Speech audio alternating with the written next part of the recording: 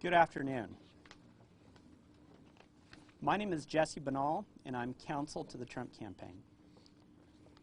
Donald Trump won the state of Nevada after you account for the fraud and irregularities that occurred in the election. This afternoon, we have filed a contest of the election in Carson City District Court. And we are asking the court to recognize the fact that President Trump was victorious in this election. I'm going to go ahead and hand it off to Matt Schlapp. Thank you, Jesse. Today's an important day about trusting free elections in America. As we have gone through this process since Election Day, we have been guided by facts, math, and science. Every American needs to trust what happens when we vote, and especially the 73.3 million Americans who voted for the president. They deserve answers, they need transparency, and they need it right now. In all my years in politics, I have never seen the types of voter irregularity we have seen in Clark County.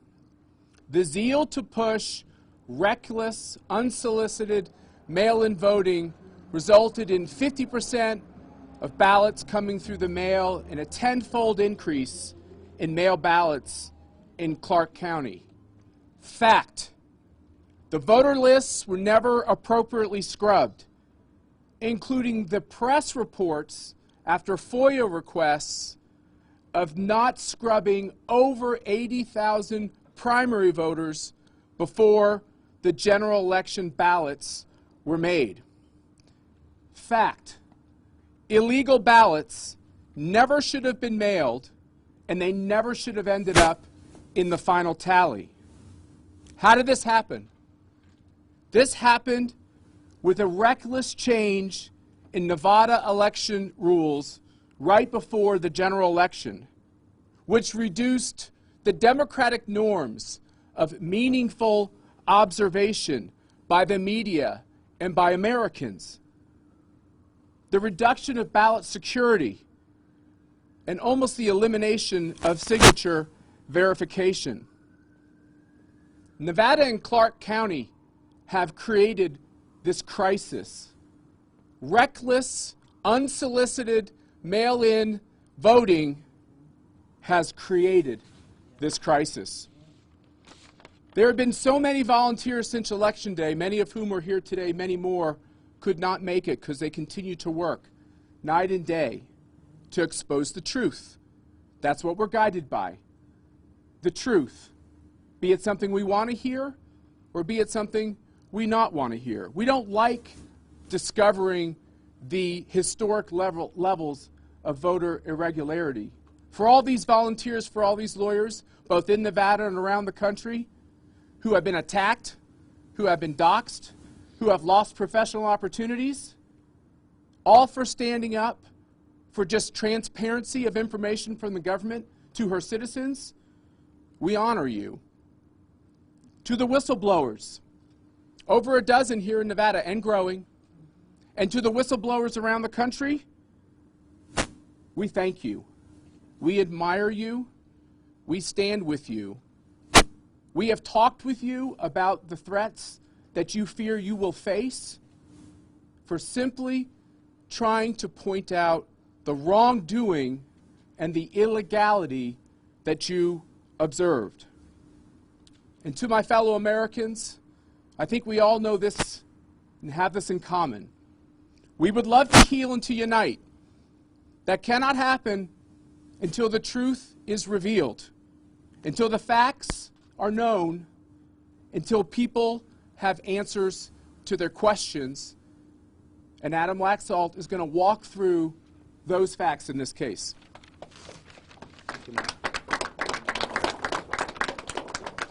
Good afternoon, everybody. So, today's an important day for Nevada. Over the last 10 days or so, the media has continued to ask for the evidence of the irregularities that we found in this election. In fact, some media already concluded a few days ago that there was no fraud presented. And I need everyone to understand the Herculean task that we face to try to, from the outside of a system, help shine a light on the irregularities in this system. We don't own the system. We aren't part of the system. There are no former FBI investigators. There's no former team of Attorney General, PI investigators. These are people that are volunteering. These are people that have given the last few weeks of their lives trying to run down the complaints we've received from across the state. Everyone has some experience in the last few weeks that leaves them some doubt about whether this election was conducted freely and fairly. A number of you in the media I spoke to off the record that said people in your newsrooms had extra ballots mailed to their homes, or they felt that someone else had potentially cast the ballot on their behalf. These are stories that poured in, and again, we are trying to take an imperfect system and do our best to shine light. So it's an important day for Nevada because this lawsuit is bigger than whether the president won Nevada or former Vice President Joe Biden won Nevada. This lawsuit is about taking this collected effort, this collected work, and presenting it in an election contest. And let me just say that many people started complaining in August when this system was fundamentally transformed. The concerns of the radical transformation of this election were put in op-eds, they were put in news interviews, they were put anywhere people would listen. And these concerns ended up bearing true. Now, what are the primary concerns of what we face? We converted to this wide-scale mail-in balloting election. As was already recounted, we had a lot of improper ballots being mailed to people's homes and apartment buildings and across the valley. Now, we were told that the much vaunted signature verification process would cure any potential for someone to take a loose ballot, to fill out who they would vote for, and sign the envelope and mail it back in. What we are providing today in this lawsuit is that many of these votes were improperly cast. We are presenting today in our formal contest that there are north of 15,000 people who voted in Nevada and another state.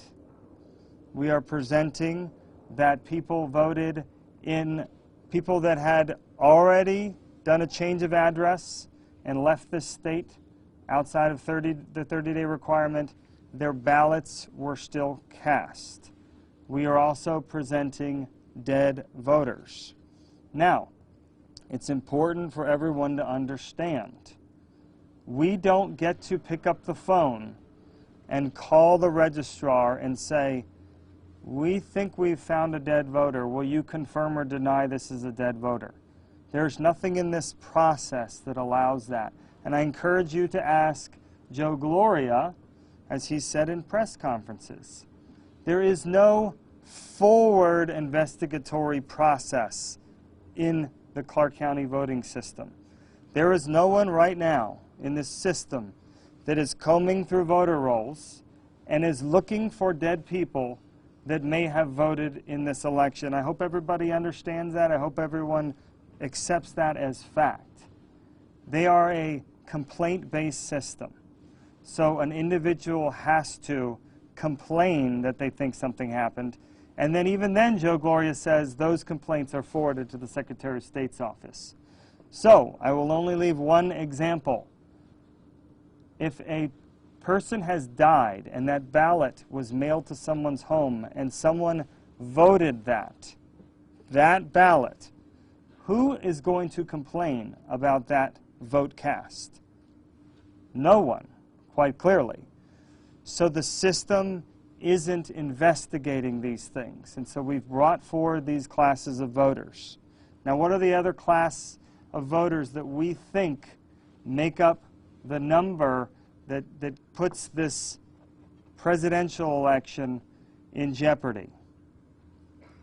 The mail-in ballot system, which in Clark County was upwards of 500,000 votes, started with a machine.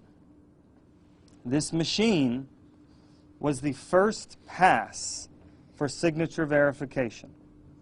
Okay? Now, we've spoken to experts, and this is part of our lawsuit. We've spoken to many what they call AI experts and computer vision experts. And what you will find is that this machine doesn't have some large professional body, an election integrity body that has certified this machine to be used to verify signatures. Okay? You will also find that in Clark County, they took the factory setting and they adjusted it to 40% of a signature match.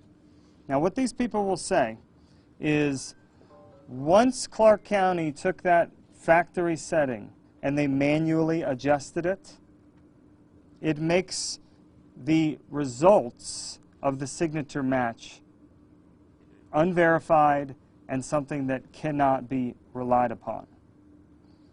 They will also say, and this came out in one of our hearings, the Clark County elections admitted in a hearing that the factory setting for this machine wants a particular quality of photo image to match.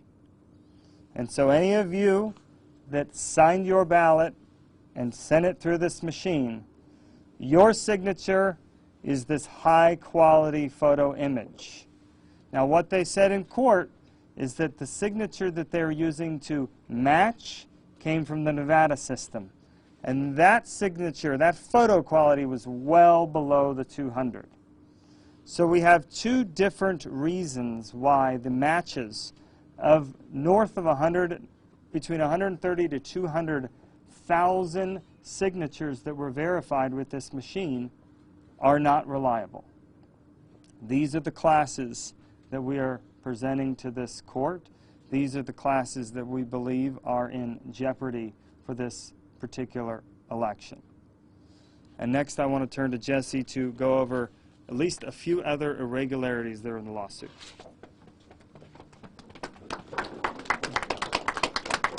Thank you, Adam. Of course, meaningful observation is key to any free election system. Worldwide, being able to have observers watch the whole process is something that goes to the heart of any democratic republic. We didn't have that through too much of this election process. It was done in the shadows, in the dark. Also, provisional ballots were handled irregularly, and different voters were treated differently depending on what polling location they went to and when they went there, giving some people the right to vote and taking that right from others. You had unfortunate situations where there was schemes set up to give voters something of value, raffle tickets, t-shirts, other things like that, if they would come and vote. Something that violates federal law, something that violates Nevada law. What's worse, and that you don't even have to prove this to show that it's unlawful, is that same campaign that paid people to vote were encouraging people to come out and vote for the Biden-Harris ticket. You had a lack of security in too many of the systems for voting. making it far too susceptible to bad actors. And the bad actors came. The fraud came. We have one eyewitness, one whistleblower, who actually saw people filling out ballots at Biden-Harris van. This fraud, these irregularities, cannot stand in a free society. It takes and dilutes the votes, dilutes the rights of Nevadans and Americans who should all have an equal vote. And that's what this campaign is doing. That's why we are here. We want every legal vote to count. We want full observation and transparency. And we want to hold accountable now a system that was ripe for fraud and allowed that fraud to come. And that's why we're going to court. We'll be able to take a few questions. I want to ask you real quick. Jesse, you started off the press conference by saying that Donald Trump won Nevada. Yes. Do you plan in this lawsuit to give specific evidence, names, addresses, of some 35,000 voters, the margin that you would need to prove that statement? We are going to give evidence, and we have evidence of, in various different forms, of irregularities and fraud in this process that span that gulf between Vice President Biden and President Trump, to show that the irregularities are such that the media's declaration that Joe Biden won Nevada is wrong, and President Trump was indeed the victor of Nevada. We have declarations. We have declarations from over 400 people, just so far, Nevadans, that go to the fact that these irregularities and this fraud existed. And we are going to put on evidence admissible in a court of law and let a court see what actually happened here. Are you filing, sir, in state court again up in Carson City, or where are you filing exactly? Yes, sir. So this is a state court action because it's an election contest. How do you plan to get around it? Obviously, a lot of us watched the hearing before Judge Wilson. Regarding the Agilus machine, to the layman here, it sounds like you're making some of the same arguments you made before Judge Wilson. How do you plan to get around it? Is this a different case you're presenting regarding the Agilus, or is it the same one? It's a different case with different parties and different issues. And one of the issues that already was previously considered by the court is whether the plaintiffs in that case, for instance, had standing. And so there will be a number of legal issues decided, but we're quite confident in the fact that when the law and the facts are clearly adjudicated in this matter, that it will be very clear that once all the voting happened, once everything occurred, the results were unreliable because of the irregularities and the fraud. Mr. Benal, did I hear you? Did I hear you properly a couple of minutes ago say voters were paid to vote for Biden? Specifically, voters were given something of value to vote. What was the thing of value? A raffle ticket, items of clothing. The raffle tickets were for cash cards. And that's something that's clearly against the law, to give someone something of value to vote. And then, on top of that, the same campaign that was doing the raffles, that was giving people shirts and cash cards and everything else like that, also said to encourage people wearing Biden-Harris paraphernalia, encourage them to come out and vote for the Biden-Harris ticket. What campaign? I'm sorry if I missed it. What campaign was doing it? Who was paying, giving out raffle tickets and stuff like that? It's a campaign that's fully explained in the lawsuit. It happened all over the country, and we can get you more details specifically on that. And I think we can take one more, and then we'll be available later for any specific questions. Is the Nevada GOP and the Trump campaign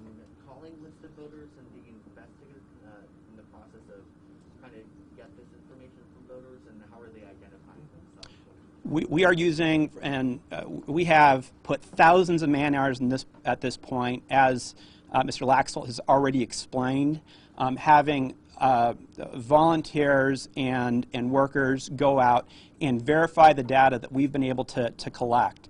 And we're going to do everything we can in a very short amount of time. And so far, it's been without any investigative powers. You know, none of the investigative powers that law enforcement would be able to do.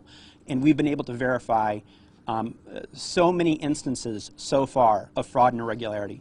Thank you all so much. Thank you.